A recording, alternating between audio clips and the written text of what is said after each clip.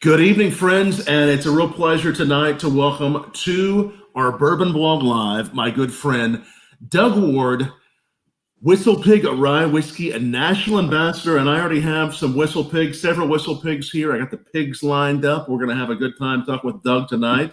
We've been enjoying sipping with Doug for the last 10 years or so, and what a pleasure to have you on our Bourbon Blog Live, Doug. Oh, Tom, thanks for having us. Obviously, we're living in a different world these days, but if this is the closest we can get to sharing some drams, let's go for it. Let's do it. It's just nice to see you, and that's what we've been enjoying every night, inviting new friends and old friends alike on our Bourbon Blog Live and just having a great sip. And as everybody's watching, as you all are watching on YouTube, on Facebook, and Twitter, ask us questions down below about WhistlePig Rye Whiskey for Doug and I. Tell us what you're drinking. Hopefully you're drinking some WhistlePig, but whatever you're drinking, we like to hear that. And like and share this because we want to make this a real party. I want to tell you, as I told you earlier, what I'm starting the night off with here before we start pouring some of these rye whiskeys. My wife and I have been making a lot of cocktails since the quarantine, I'm sure. Have you been making a few too? You and everybody else, man. Yeah. It's. No, I didn't think we were alone. I've become a bartenders. Full force, man. I love WhistlePig in so many cocktails. I've become a big fan of the Revolver, which is, we've been using your WhistlePig PiggyBack, 2 ounces of that, a half ounce of coffee liqueur. Take your pick. We're using one that's actually from right up the road in Indiana called Songbird. And just a little bit of a flamed orange, a little expression of orange. And I mean, the WhistlePig PiggyBack just works beautifully in this cocktail and so many others. Yeah. It's a real fun one. I've, I get the question all the time of, what's your favorite cocktail and whatnot. But right now I'm on a big kick of Old Pals. We've kind of been talking about the Old Pal a lot. Maybe it's the fact that we came out with a T-shirt with an Old Pal recipe on it, and I've been wearing it a lot. But so maybe I'm drinking it and sleeping in it through osmosis. But just a very simple twist on a Bouvardier. Using dry vermouth instead of sweet vermouth. You can play with the ratios, but really great cocktail and one of Dave's favorites as well. So I feel like I'm maybe sitting there drinking with him whenever I'm having one. Yeah, of course. And already several folks mentioning that they are drinking the WhistlePig Rye PiggyBack.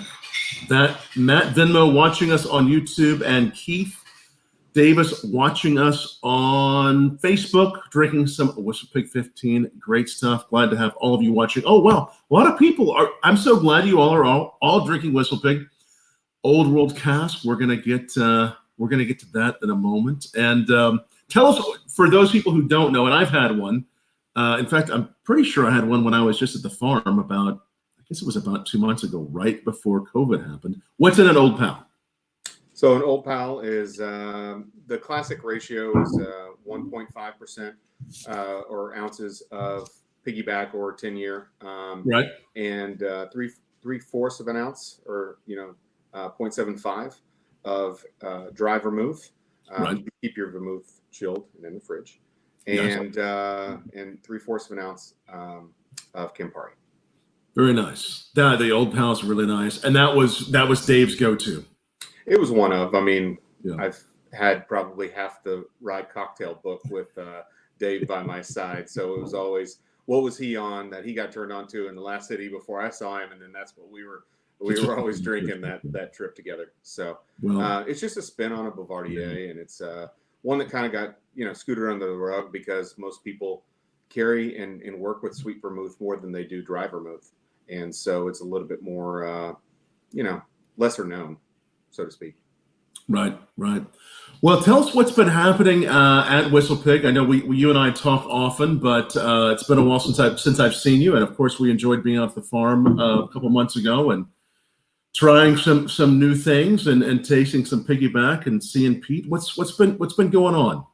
Oh, Tom, man, where to start? It's exciting to work for such a small, vibrant, nimble company, and in a time like this, it's been fun to jump on calls with the executive team and stewards and kind of brainstorm ideas and to see some of the things that have come up, across the board from our CEO to our CMO to brand directors and trade developers and of the likes. But really, some of the cool, fun things that we're working on that I'd love to talk about tonight is our great beer rescue program that we kind of kicked off. There was a Bloomberg article that went out this week.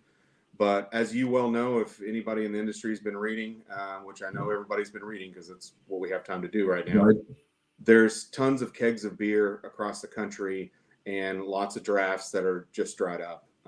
Right. So there's a lot of waste. And with regards to distilleries, or I should say breweries, there's a cost involved for them dumping any waste. Obviously, it's not good for the environment. So we had the idea of partnering with as many breweries. Obviously, it started in the Northeast, and it's moved its way down to Texas. I'm happy to report, and we'll be expanding it out hopefully further. But we're getting some of the beer that would have been wasted, and we're putting it through our stills, and we're making whiskey with it for partnerships down the line. That TBD on what it will taste like, what it will look like, what we'll do with it, what we'll kind of do on the marketing side to get these bottles into market. But it's just great that us as a small company can help other small companies and help lower the carbon footprint. That is so important, because this beer what would have happened? Describe the process of what would have happened with this beer. I mean, they would have just probably had to pour a lot of this out, and then they get fined, right? Mm-hmm. I mean, federal and state and local governments have laws in place to where if you go belly up, you don't just take all your beer or all your booze or all your anything, you get fined. I mean, even when I know you're well aware of some of the unfortunate things that happened in Kentucky in the last couple of years, even though something caught on fire or something, a beam broke in the rick Right. house, they still got fined because some of that stuff made it into the river and the water sources, and it really hurt. Yeah. it's not healthy. So Right.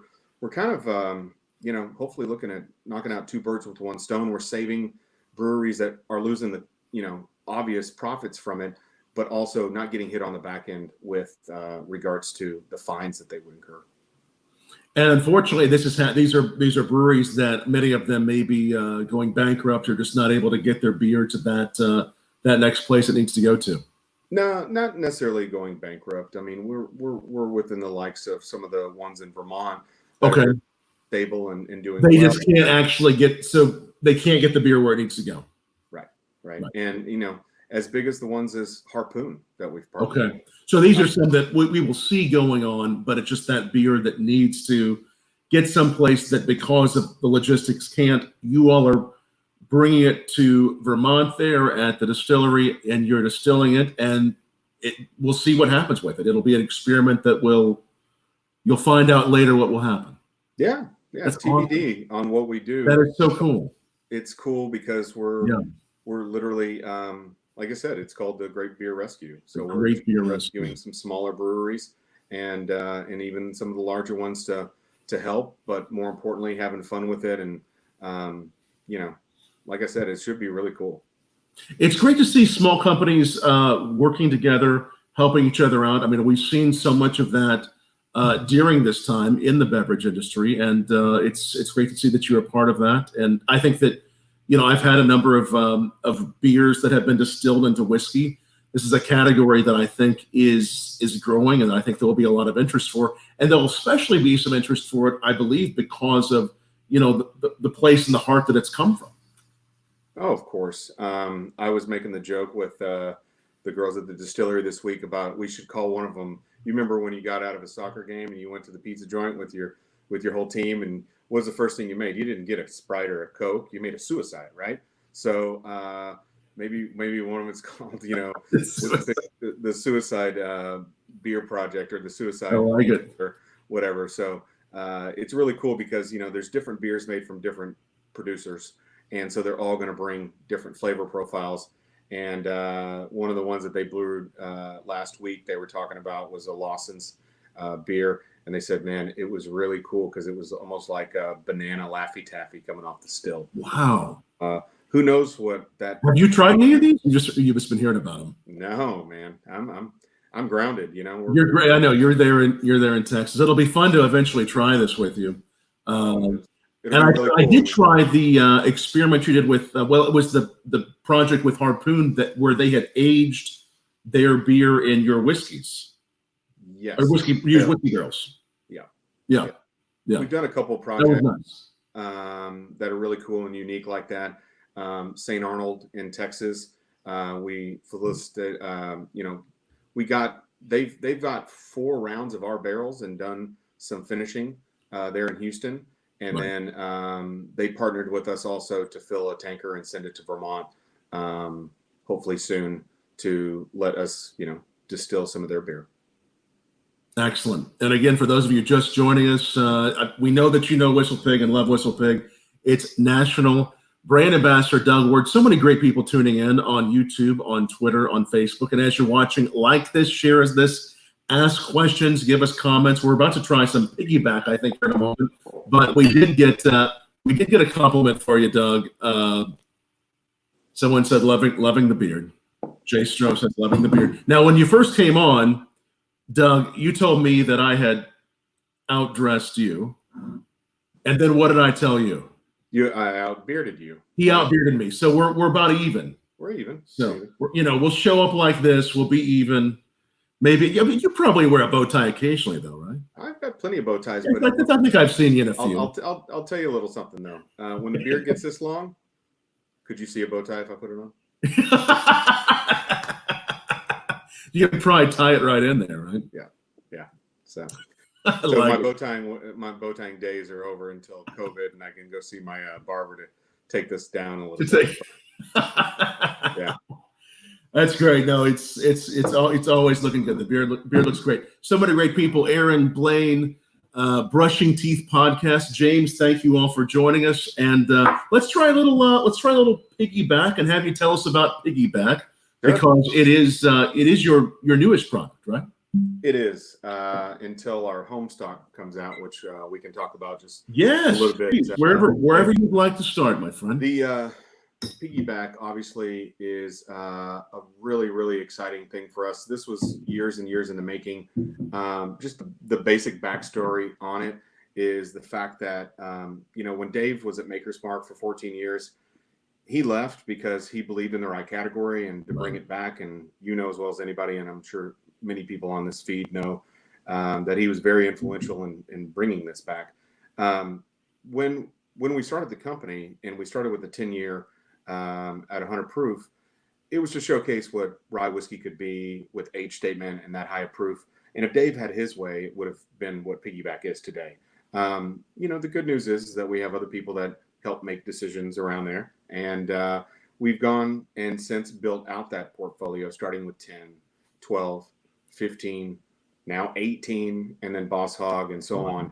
And the one thing that was always missing, and the one thing that we've always heard everybody that's worked for WhistlePig is, wow, this is incredible juice. I wish it was a little bit cheaper. And so when we went back to where it all began in Alberta in the summer of 18 with Dave and our CFO, there was a group of us there for Stampede, actually. So it was kind of fun to be in Alberta at that time of the year. We walked the rick houses and basically got to pick out this juice that we were doing for piggyback. And really it was to enter a part of the category in whiskey that we've never been a part of. We really control anything $75 and above because we kind of created that in the rye category. Right. Ultra premium is really where the volume is. And so what piggyback is a 6-year whiskey at 100% rye at 96.56 proof. So what you've really got is something on the shelf, $50 or below. You'll see it between 40 and 50. 40 and 50.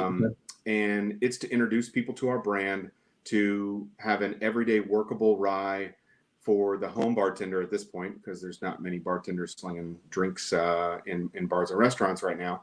So it was really created for that. And it's an homage to Dave because this was always his dream. So on the label, you'll see some fun little Easter eggs. If you've noticed on our other labels, that's Winston Churchill. Looks like you, Tom. With right. A bow tie, your top hat, and a cigar. But he's no longer smoking in the new labels, which you'll notice. The new labels, you took that off of. Okay. Well, this one now with piggyback, that's Dave. That is Dave. This is Dave as a pig. Right. On the other labels, it's Winston Churchill as a pig. Right. So That's right. Yeah. we've iconicized Dave on the label. He was always in his Stetson hat. Right. Yep. The 96.56 proof here. So the year Dave was born was 1956. If you don't know, Dave passed away in November of 18. So he's not here to kind of see this through, but we've iconicized him with year of birth and death also. The year of birth, right? Right here. Yeah. And a nice little quote from Dave on the back, right? We kept the bottle pretty close to being the same when you look at the shoulders and WP through the back. Right. The only other major difference is, of course, your hand fits around the neck. It fits into a well. It doesn't have to sit sideways on a shelf or on a back bar. And the other cool, fun thing, here comes a pig. a pour spout fits in it, right? You really can't have a well whiskey or anything that's for actual cocktail use without really a pour spout. So it's a cool one. As I was doing this before, kind of dancing the little pig around. Right? I like seeing the pig dance, and then you can even, if you're gonna, there's the thing called the lean back too, right? Oh yeah, it's perfect for piggy laybacks. The piggy layback, right, where the pig just kind of gives some love there. So. Yeah. I like it. I know it's a great bottle and a real homage to Dave, and of course. We miss Dave as well. I actually had first met Dave when we were doing our first bourbon documentary back when he was still at Maker's Mark. It was so fun to watch how much he did for the industry and especially did for WhistlePig. So we'll toast to Dave here as we are sipping some of the PiggyBack with you here, my friend, and we'll get it right in there. That way you almost can hear it cling. I've actually started keeping. And it's gone right now because I cleared it off to get all these bottles in here. But I've been keeping a little thing that I go ting. So whenever I'm on Zoom calls and people make a good point, I give them a little shout out by tinging a glass. It's some sound effects. Yeah. So this has a lot of that same same DNA, same flavor profiles that we get on many of the other WhistlePig ryes. So this is the same recipe then. It really is. Small little insider information tidbit, if you will. This is from the same exact source that we started the company with. And the only real reason why a small company like ours is able to do something like this is because the CEO of our company is who we bought our first barrels from. Wow.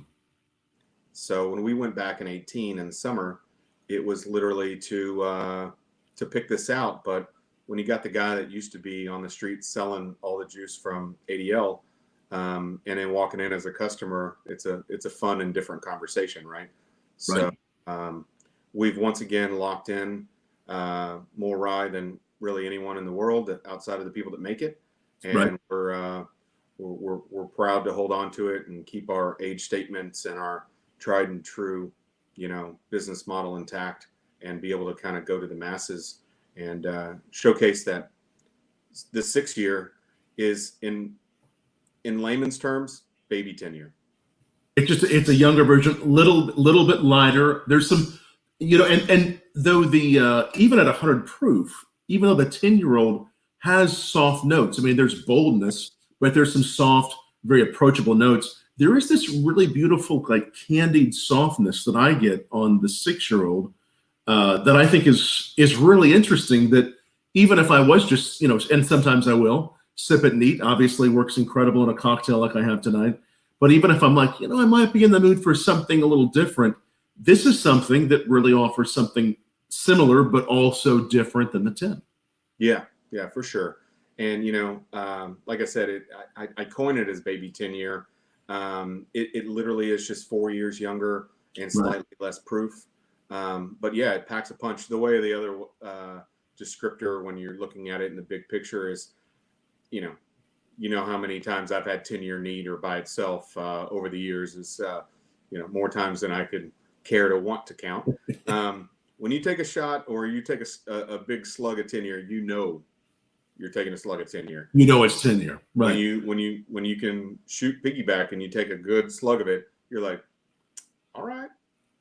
It's one that can go beer in a shot, can go into a cocktail. You can drink it neat. It's really the most versatile whiskey that we've ever released.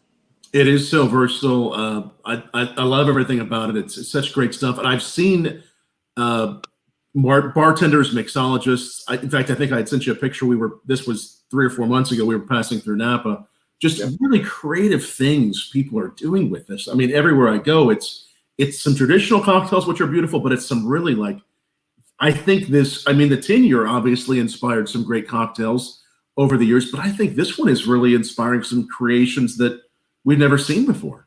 Well, think of it this way: when you're a bartender or anybody playing around with whiskey and designing something, when you build your cocktail, the last thing you put in it, so you make sure that you're not wasteful in your development, is the actual, highest cost spirit. And it's pretty expensive to sit around and play with a bottle of 10-year Right. to kind of come up with something.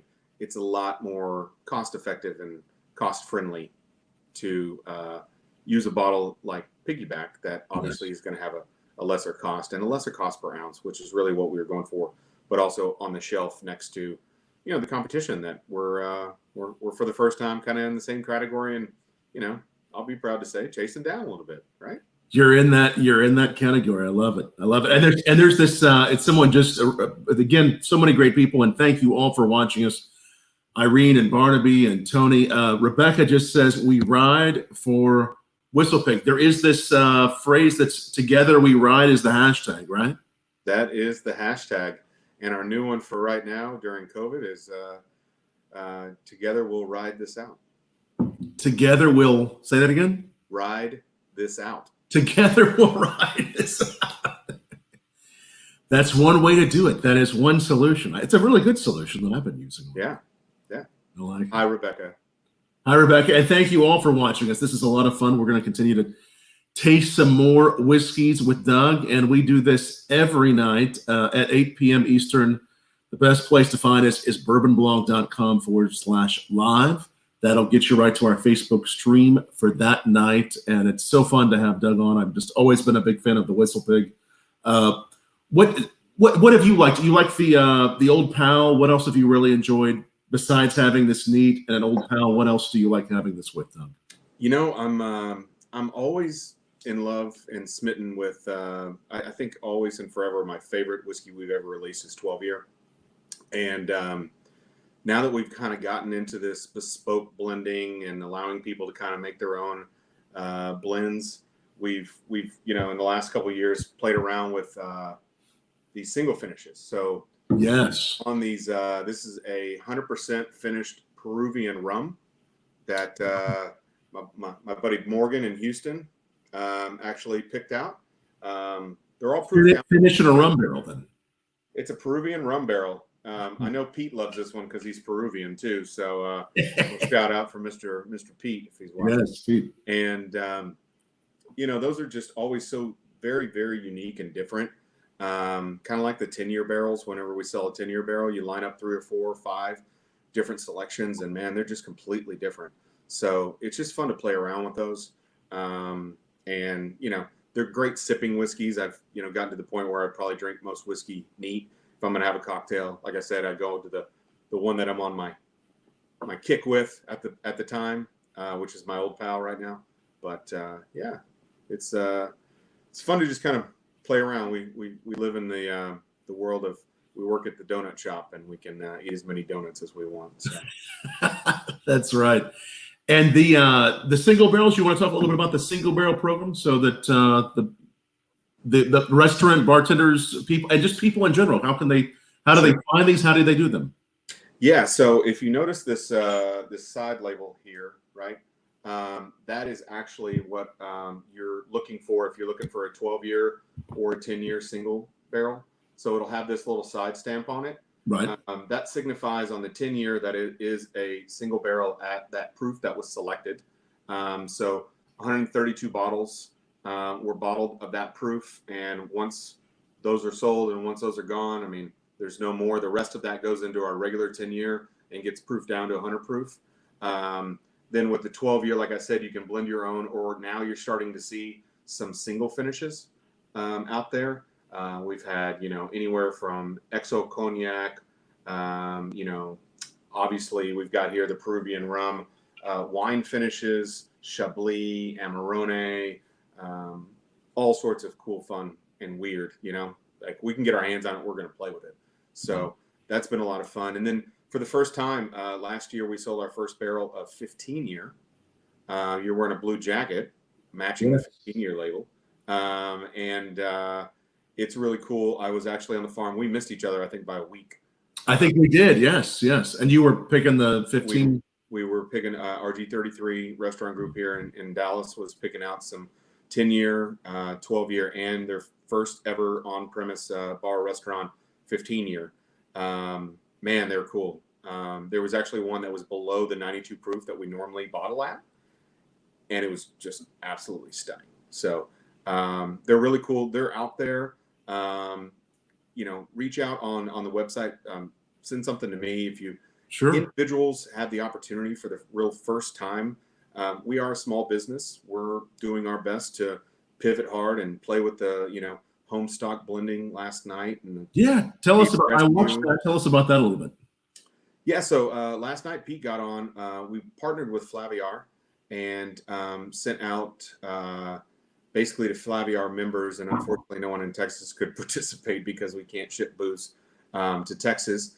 But it was a crowdsource like we've done with all the other farm stocks. Actually, that's when I met you the first time. Is we were together doing the farm stock. We were reporting on the farm stock when we were reporting on farm stock rye crop 001. Yes, there with the distributors from Tennessee, and we were all hanging out drinking together. Yes. So what we did is we sent out these kits, and people got to literally get on a live stream with Pete last night from the comfort of his house and play around with a graduated cylinder and pipette and literally play with rye, wheated, and barley whiskeys and make their own blends, submit it. And then there was 3 finals, and it was, option 1, 2, and 3, and people all voted.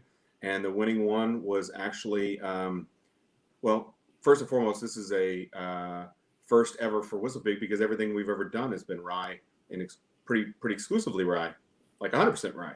Right. So 45% rye, 30% wheated, and 25% barley is what was decided upon. We'll be going to labeling soon. We'll be starting to bottle soon now that we've gotten the final thing going, and it should be hitting retailers in a city near you very, very soon. This particular one will actually go to retailers. Oh, yeah. Wow. I mean, this is why we did this. That's is to amazing. Crowdsource it. It's going to replace the experimental SKU, which is what farm stock was. Yes. We wanted to move on past that, and we already had plans to move on past that. But the cool thing is that with us once again being a small company and being able to kind of think and pivot on a dime, we were able to come up with this idea, streamline it as quickly as possible. And like I said, I don't have a live feed to the farm or distillery right now, but I can almost guarantee they were bottling HomeStock today. They were bottling the HomeStock, and it'll be fun to try that. Y'all be watching off of that. It'll be so tasty to try. And you will be probably doing more of these types of crowdsourcing for the farm stock program. What was the farm stock program going forward? Right. Farm stock, rye crop 002 and 3 were crowdsourced as well. Right. So if it's not broke, don't fix it. It's interactive, experimental. It's fun. It's been great. I mean, it's worked. So it's a great tool and something so interactive and different from anything most people have ever experienced. I don't know. You were on there last night. Yes. Have you ever been a part of anything? Nothing quite like that ever. It was so exciting to be a part of it, and we're looking forward to being part of many more of those. And I can't wait to taste it. It'll be so nice to taste. Someone just asked, and I know we're going to taste either the 10 or the 12 next, but someone just asked about, and we mentioned a little bit earlier, the Samurai Scientist. What effect do you feel the Koji fermentation had on the new Boss Hogg Samurai Scientist? That was, of course, the one that was released several months back. Yes, that was our most recent release. The Koji fermentation was really the brainchild for the project as a whole. With regards to what that effect had on the whiskey at hand, That's more so a Pete the Scientist blender question per se, but I can tell you that the depth of the whiskey that we used and the fact that it was really an age statement that we couldn't put on the bottle is really a unique thing. I think that the other real key element to that release is the actual partnership that we had with the distillery in Japan to secure umeshu, which if you can find it in the States, call me, because I looked It's hard high to and low. find. Right. I found umeshu Kit Kat for the launch party and put them in the gift bags, and that was cool. But really, the fact that we used that umeshu, 11-year umeshu, and steeped it in our new barrels, Vermont barrels, Vermont oak barrels, I should say, because if you don't know, we have Vermont oak barrels. The fact that it sat there and then we dumped that out and then finished the whiskey, I think is a heavier influence on the whiskey than the fermentation as a whole. Right. But the fact that we have such deep story, it's the first Boss Hogg that has really been a full mouthful to describe. When we first started finishing them, with Boss Hogg 3, Right. Hendon with the Hog's Head, it was like, oh, this is cool. And then boom, 4 hit and the Black Prince and the Armagnac, and most people knew what Armagnac was. Right. Calvados last year, not as many people, but it was a different flavor profile. This one requires a lot of talking points. And man, it's got this umami, acid, sweet, savory, spicy. It's literally very much the most unique Boss Hogg we've ever released. There's so many layers to it. There's so much complexity. It was a really fun release, and we look forward to more. There's so many experiments that you're working on there. Yeah. We've got some other things. The barrel program, like I mentioned, is alive and well, and reach out to us if you have any interest in it. And we've got small formats that we've really never had before that are finally hitting stores. Smaller, like 375s. Like 375s and 50 mLs. Oh, nice. Okay. So a recruitment tool. Obviously, no one's flying right now, so it's not the small ones you can jump and put in your backpack and go on a plane. Even though I've done that. So those are fun. To keep in mind. And then the really other cool thing that we're doing, which is very much still in development. I'm not going to say too much, but it's a batched, pre-made, ready to go cocktail using PiggyBack in a 375.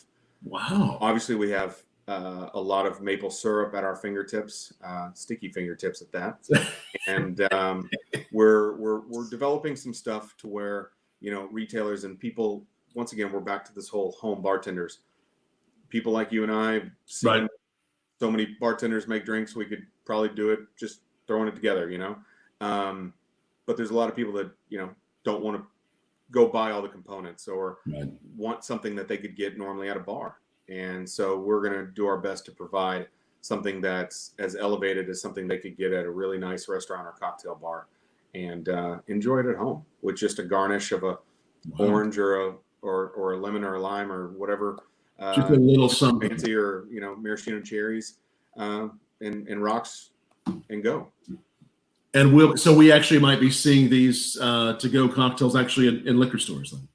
You should by hopefully Q4, right? So it'll take some months. I mean, yeah, things are moving slowly through channels that normally move a little bit swifter because of the environment we live in right now. Right. But for the most part, yeah, we should see them hopefully sooner rather than later. But those are we're just floating along when it comes to stuff like that.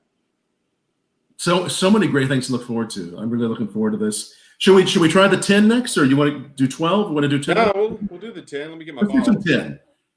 Do you have is that a bigger bottle than I think that may be a bigger bottle than I have. I don't know. We're in Texas. It's maybe just a normal size bottle. Now here's my bottle. It's 750 milliliters. I Because really it has believe what I'm premium. looking at. How big a bottle is that, It's Doug? a 3 liter, buddy. That's 3 liters. Yeah. All right, tell us about the bottle. So That is a Texas size bottle.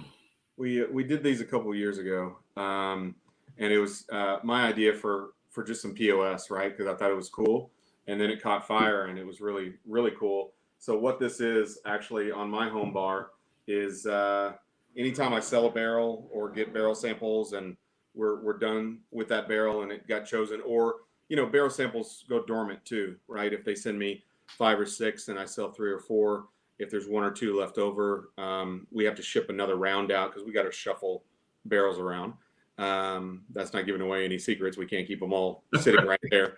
So I just take them and I dump them in that. So what that is just an infinity bottle of 10-year minimum rye whiskey from our farm of barrel samples. So nothing's been diluted whatsoever.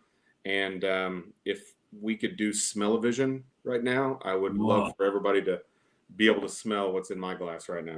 So every time you've done a single barrel selection, you've had a little bit left. So it's a blend of all these different single barrels, which already have this great texture in some of that barrel. All right. Well, I mean, I of course I do love the 10-year-old, and again, Dave, and I'm sorry, Doug outbearded me. He may have outbottled me as well. So that. I'll get a small bottle if it makes sense. We'll link this out somehow. But again, we love the 10, Doug, and it's fun to see the infinity bottle there. 3 liters. They don't even sell 3. They don't really sell 3-liter bottles. It's not special, yeah. Yeah, it's not legal to sell 3 liters. I think I've seen some of these on. Is it like cruise ships? And when you're traveling, I think you can have them like overseas when you're traveling on cruise ships. But I don't think so. We ship them all empty because it's not legal to sell them.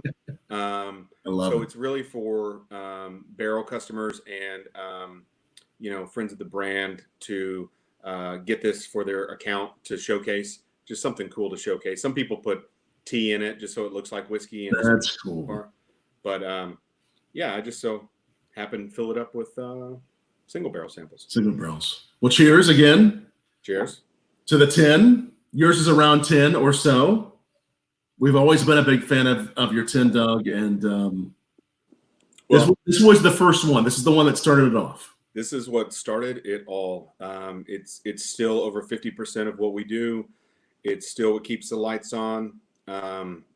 Most recognizable of all of our whiskeys. Right. Some would say, the Boss Hogg might be the one that everybody looks at as the most recognizable. It's the one that everybody wants to talk about, of course. But the 10-year, obviously, for every sense of the word, is our core. Right. Yeah. And it's always been that same whiskey that you've had there from Canada that you've brought to Vermont. Talk about that story a little bit. You mentioned it earlier, but just basically the story of how this all started. So, Dave was at Makers. He left to bring the category back. He traveled the world to go to every place that made rye whiskey because he had never done it before. Right. He had a chance to make his first batch of rye whiskey actually at Mount Vernon and George Washington's distillery in 100-gallon batches by hand. And I won't bore you with all the stories that how he messed that up royally over and over. But, as Dave used to say, I've learned more from my mistakes than any of my successes. And he linked up with our founder who had bought a farm in Vermont. And David found this stock of rye whiskey in Alberta. And it would have been what 10-year is really what would have been a flavoring agent in Canadian whiskey. It would have been a 2 to 5% additive to give structure and depth to a much cheaper blended whiskey out of Canada. And everybody thought we were crazy that we were buying this and we were just going to bottle it and proof it to 100 and put an age statement on it and charge $75 for it. Right. And so we've been bucking the system since day one, really. Right. Trying to be innovative, trying to be different. And once we've, done our best to corner the market as we have with this juice and everything else that we have in our portfolio, it just allows us to be confident in selling and knowing that we have the age statements to continue our path, because that's really what we're always about. Right.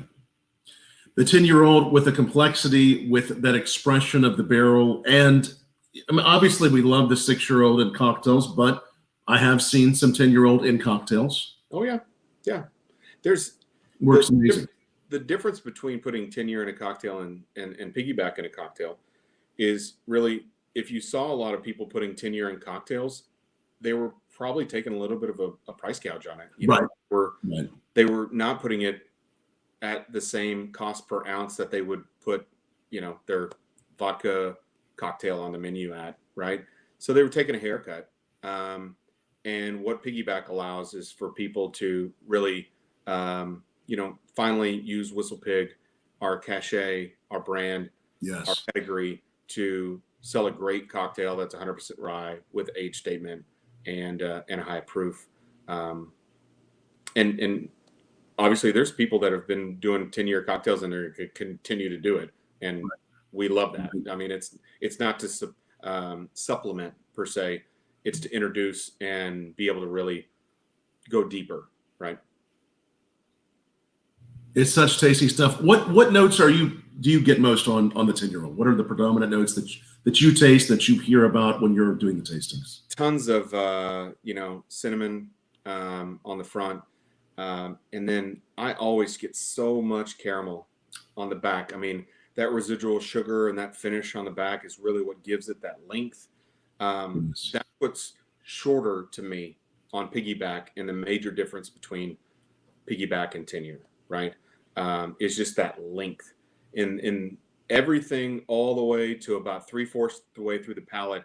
Piggyback and 10-year to me have a lot of nuances that are very much the same, but once we get towards the back is where 10-year stands up and says, I'm here. Right. Yeah. It's that back end. It's those nice, delicate sugars. They're elegant whiskeys, but they're very approachable as well. Yeah. No substitution for age, right? That's right. No, there really isn't. And these have some great ages on them.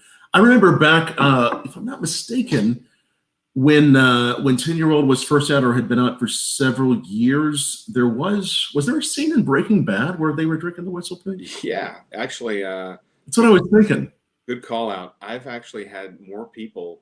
I remember when it first happened, right? And I was starting to work for the company in like 14, and that's when it hit. And by the way, we didn't pay for that. That was just They just liked it, right? They just love it and they put it in, and it's Right. like, cool. I've had more people in the last 6 to 8 weeks, text me, holy cow, About that? WhistlePig and Breaking Bad, because they're all rewatching all these things. And I had no idea, or I was late to the party and I never saw that the first time, or I never watched the show. So yeah, it's got a couple cameos, and there's another one, In a World. There's a movie about voiceovers. You have that In a World voice. In a Tom. World, right? You should, yeah, exactly. It's got a couple cameos in that movie too. They give it out as a gift, and then somebody's drinking it next to the pool, and it's very front and centered. So it's a really cool, fun cameo. I remember thinking how cool that was, that I worked for some company that had it in a movie and in a TV show like Breaking Bad that everybody was watching. So I'm not exactly sure of the episode. I actually think whenever I was watching it back then, that I did a screenshot and I shared it on BourbonBlog. I'm going to actually try to share this. Did that work? yeah. Okay, there it is. So if you're watching, there it is. If you're watching Breaking Bad, I don't know what the scene is. That's what it's going to look like. I just found it real quick. Someone was. I don't remember what season. I know it was early on, first couple seasons. Yeah. And I think it was halfway through the season.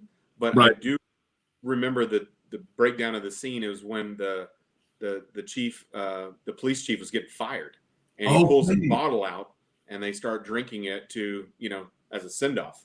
Right. It was a celebration whiskey of sorts, right? So I guess it even fits the brand, or whatever you want to call it, in the TV shows, right? The celebration. I love it. Well, be watching for that if you do too, or if you have been watching, which is so cool. A lot of people rewatching or watching Breaking Bad for the first time. Someone says, what did they just say? I'd give my prized old Moore to test that 3-liter. Freddie Jefferson says he would love to taste that 3-liter. Maybe if he ever gets near that 3-liter. I bet that is a pretty tasty bottle that you have there. As I so always use it as a descriptor, it doesn't suck. Doesn't suck. And Blaine says, Blaine's thinking that that's the episode where the brother copper tires. Okay, right. So that might be it. We'll have to. Blaine is our resident LA steward who That's is right. a studier of the film, and I knew there would be somebody to correct. I saw Blaine. I think it was one of the last times it was in LA. We tasted the Boss Hogg together, so that was nice. Blaine's doing a great job there in LA. Well, this 10-year-old is always so tasty, and this is one of those whiskeys. People ask me, what are some of your favorite whiskeys? What makes one of your whiskeys one of your favorite whiskeys, or spirits your favorite spirits? And I always say, it's one of those things. Whenever I go back to it, I always get something new because it has that much complexity. And the WhistlePig 10 has always been that for me. Every time I go back to it, whether it's been a few weeks or however long it's been, I usually have it fairly often, but I always get something new. It's I remember specifically a gentleman that worked for me probably 3-4 years ago, and he called me late after hours when I'm at home, and he was all fired up, and he goes, "Do you ever sometimes just get a bottle that you feel is just special?" And I was like, "Do you think maybe your palate today is just special?" Maybe. But yeah, I used to sell wine, so I had this whole mindset that there's days where fruit hits you in your palate, right? Spice hits you. There's a flower day, so I think there's a lot of science to that. I'm not going to speak to it because I'm not a scientist, but at the same time, I definitely believe in certain days. I mean, even with other spirits, right? There's days where you take a sip of tequila and you're like, whoa, that's astringent and spicy. And then some days you're like, wow, that's really soft and floral and goes down really easy, which are why they write country songs about tequila making your clothes fall off, right? But maybe there's just as many songs about whiskey, I'm sure, right? There may be one of those at some point. It could happen. Yeah. I'm sure there's a lot of songs about the whiskey. I do know that tequila song you're talking about, though. Yeah. Maybe even seen it happen. Shall we try the? You want to try the 12? You got a 12 near you? I do, somewhere. We can try a little 12. And thanks to everyone who's watching. Keep on asking those questions. And yes, the WhistlePig 12, one of our favorite whiskeys. And Annabelle and I, my wife and I, both say this. We love all these, but there's something just so magical about the 12 that really never had been done with whiskey, especially rye whiskey. I mean, there'd been a lot of finishes on whiskey, but something this intricate, well thought, and beautiful. This was really a game changer, wasn't it? And still is. It really was. No lie, like I said before, it's probably my go-to. It's the one that I always joke that I have to hide from the wife. Right. Luckily, I don't have to hide it from her right now during our quarantine because she's pregnant. Congratulations. So makes drinking a little bit more boring when you're stuck in a house and your teammate can't participate. But I'm glad I can help you tonight. Thank you. Thank you too. Cheers, buddy. Cheers. So cheers to the 12. Just the basis of the story, how unique this was, how it was our first ever really permanent line extension. It was Dave's baby. He was so proud of this one. The day I found out he passed his, this is what I grabbed, right? Yeah. And it took about a year for us to find all these different casks. And it took another year for Dave to play around with all these individual finishes. Right. I remember being at Tails and him up until 3-4 in the morning and wee hours with bartenders and industry professionals and drinking single finishes and playing with the whiskey in the back rooms. And, it's so elegant. It's feminine in style. Like I said before, I was selling wine for years and years, and it's definitely a wine drinker's whiskey. 30% Sauterne, 63 Madeira, 7% port, 86 proof. So it's on the lower side of the proof spectrum from our releases. The only one that is also 86 is Farm Stock, which also for the record, HomeStock will be 86 also. Oh, wow.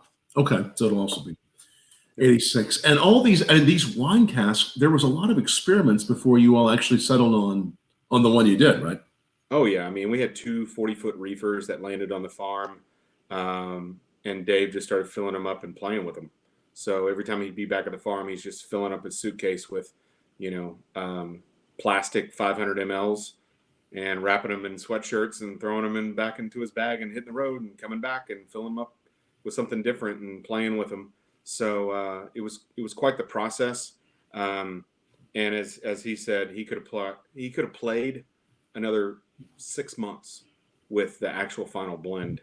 And that's why we developed the bespoke program where you can blend your own, because you'd be surprised if you take 1% off one and add it to another, how, different it really does taste. Taking away Sauterne takes away residual sugar. Taking it putting into port is adding depth and structure to the backbone. So there's so many different avenues that you can go down when you're doing that. But then again, you look at the single finish program and how unique that is. There's some that are just completely off the wall. Ambruana we did, which is a Brazilian hardwood. Wow. Christmas. It is nutmeg and cinnamon and ginger. It's Christmas pig. I mean, that's the only way to describe that whiskey, right?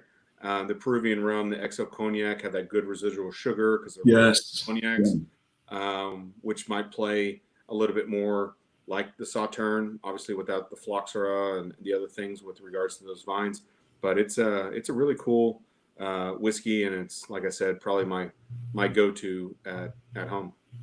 No, it's beautiful stuff. It's so well balanced, and again, the single barrel program that you use with the Old World, you can actually pick out your own of each of the amounts, and then you have another program that is all different types of barrel finishes. So the single finishes are not included with Sauterne, Madeira, and Port. Okay. These are different from anything we've ever done before. Other barrels, right, like the rum one you were showing earlier. Right. The rum, the cognac, right, all those things, wine finishes. Sauterne, Madeira, and Port, you can play within those three finishes and make your own percentages. And they can taste so different. I've had several of those where they just taste so different from whiskey to whiskey. We've got a lot, that just do the basic 40-40-20, right? So 40% Sauterne, 40% Madeira, and 20% Port. They're gorgeous. They're cool. Yeah. And they're all just a little bit different too, because every sample that you're tasting and every time we do a bespoke blend, you're getting a different barrel for that blend. So we're just having fun, man.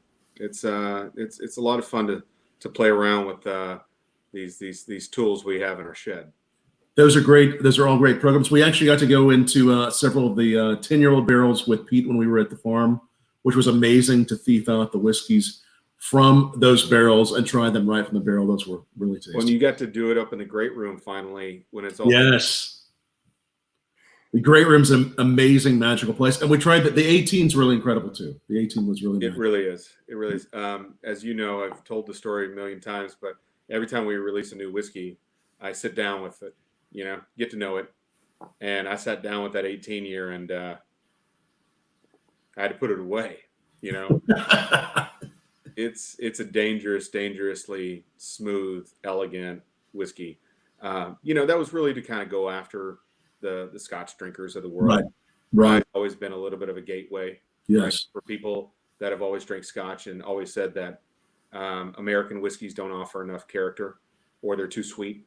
So, with it having malted rye and malted barley and 79% straight rye at 18 years, it's a pretty awesome whiskey. It's very, very unique. And it's a fourth of the production of Boss Hogg. So it's actually harder to get your hands on than Boss. It's very rare. Yeah. So wow. We should have another edition of that coming out before Father's Day. And then we're switching the glass topper. I don't know if you've seen. The glass topper is really cool. Are you changing that? So this will change every edition. This next one that we have coming out will look exactly like this one in May, June. But after that, for the release before the end of the year, we'll have a different glass topper. So just kind of like what we do with the Boss Hogg pewter topper, Right. and that being also from Vermont. This is a glass producer out of Vermont. Once again, we're just always trying as a small business to bring other Vermont small businesses into the fold to lower the carbon footprint, but more importantly, to put money in the pockets of Vermonters. It's what we do. We actually, coincidentally, we actually visited the company that does the pewter tops when we were in Vermont. I mean, the fact that you all, I'm forgetting their name, but the fact that you all really Amforth, right? Danforth, right. Yep. And we stopped by and saw what they did, and the fact that you all really embraced the community and really showcase Vermont, such a special place. And it's for people who've not been, or people that are from Vermont, it's such a special place. It's such a special whiskey, and you all are such a special team. Yeah.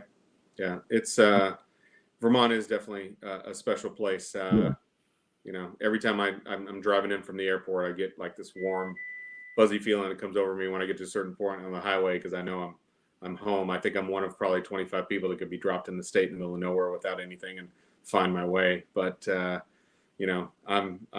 lucky to be part of something like this and work for a company like this. And most people, whenever I remember mentioning Vermont when I first started working for the company 6-7 years ago, where's Vermont? Where's that? So I was like, you should come to the farm with me. And they're like, what? I mean, living in Texas, people are like, I'm used to going to ranches, right, and deer leases. So, right. But yeah, I mean, AO Glass is our glass topper. Right. People. Danforth is our pewter company. They're actually in Middlebury, so they're really close to the farm as well. So. See Jason watching there. Thanks for watching, Jason, and Alex and all the other great folks watching. And we also saw a lot of chefs and local bartenders, bartenders from everywhere, but the bartenders and the chefs locally in Vermont have just really embraced it and done some cuisine and cocktails that are amazing. Yeah. They eat and drink well in Vermont. That is. Yeah, no, it's true. It's hard to leave that place. I didn't really want to leave. Yeah. So as we look forward to what's coming next, I mean, I thank you again for telling us about the cocktails, some of the giving us some little teases forward on what we can expect to come from WhistlePig. As we look forward to what will happen, just in the spirits industry in general after COVID, any thoughts, any predictions? Yeah, it's going to be tough running for small companies like ours. Right. We're well funded and we feel confident. That's why we're doing as many things, and I'm excited that we're able to pivot on a dime, like I mentioned numerous times tonight. Right. Because it matters to us to keep this going and going strong. I feel the spirit world in general is going to change. The world in general is going to change. The normalcy of what we've seen before. I remember when we finally switched over to where there was more retail for our brand than it was on-premise bars and restaurants. It was a kind of a monumental thing, and it's still very heavy on bars and restaurants. So we want them to come back. We want them to come back safely.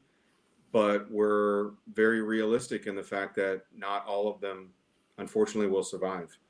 And unfortunately, I don't think that every small brand will survive, right?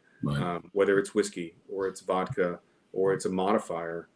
So many people got introduced to WhistlePig for the first time by a bartender. Yes. And by a bar manager and by a bar owner, or a restaurateur that fell in love with our juice and wanted to, like I said before, take a little bit of a haircut to put a really great spirit into a cocktail for us. And we're not a big conglomerate. We can't go out and play the games that are played. We literally are in the trenches with them and just really wanting to do our best to be pure and brand forward and build the relationships that we know will come out in the end to win overall. But it's going to be a tough go this year. I think Q2 is going to be the toughest of all the quarters that we have to deal with. Right. Hopefully we see a little bit of normalcy in Q3, and we somewhat get back to normal, the new normal, not the normal we knew. And then we hope that we've got some science behind us for Q4, and people are back working again. And I don't know if anybody's going to hit on all cylinders this year. Right. You read as many industry reports as I do every morning when we wake up, right? And the Shakens and the Mark Browns and the everything that we all read are telling us the numbers, and retail's up and on-prem's dead. And when this, maybe we should do this next month when we can talk more about what's the climate look like in the industry after we know what April looks like, right? So TBD, but we have the confidence that we'll do our best and continue to pivot, continue to support small businesses like ours. Right. And that's why the piggybacks of the world are so important to us. Yes. To make sure that we're introducing new people, and also in a category where if you can't, you don't have the means right now to climb to the top shelf, you can grab a piggyback, right? And it is so delicious, and we really have enjoyed tasting it, all these with you tonight, and definitely look for piggyback. And thanks for those comments and that insight. I think it's so important that we try to make all of these conversations every night something that's about the whiskey, but also about what's going on. That's why we started doing this, so that we could actually showcase and give some insight on what's going on in the world. So thank you, Doug. Doug Ward, WhistlePig Rye Whiskey National Ambassador. And if for some reason you all watching this joined in halfway through, go back. This link will be up here, whether it's Twitter, Facebook, or YouTube permanently. And thanks so much for joining us. And everybody, check out the Piggyback and all of the WhistlePigs we tried out, and definitely support these smaller brands during this time especially. It's so important. Cheers, Doug. Thanks so much. And I'd love to have you back. Yeah, in a month or so, I think it'd be great to have another conversation and see what's going on. And thanks for everybody who watched tonight. Hey, thank you to all the frontline healthcare workers that are. Thank you for all the fans of WhistlePig for your support. And, do your best to stay safe, stay vigilant, and we'll see you on the other side. Together, we'll ride this out. Together, we'll ride this out. I like it, man. Cheers, my friend. Thanks so much for joining me, Doug. It's so good to see you. Great to see you, Tom. Talk to you soon. Cheers. Thank you. All right, 1 second.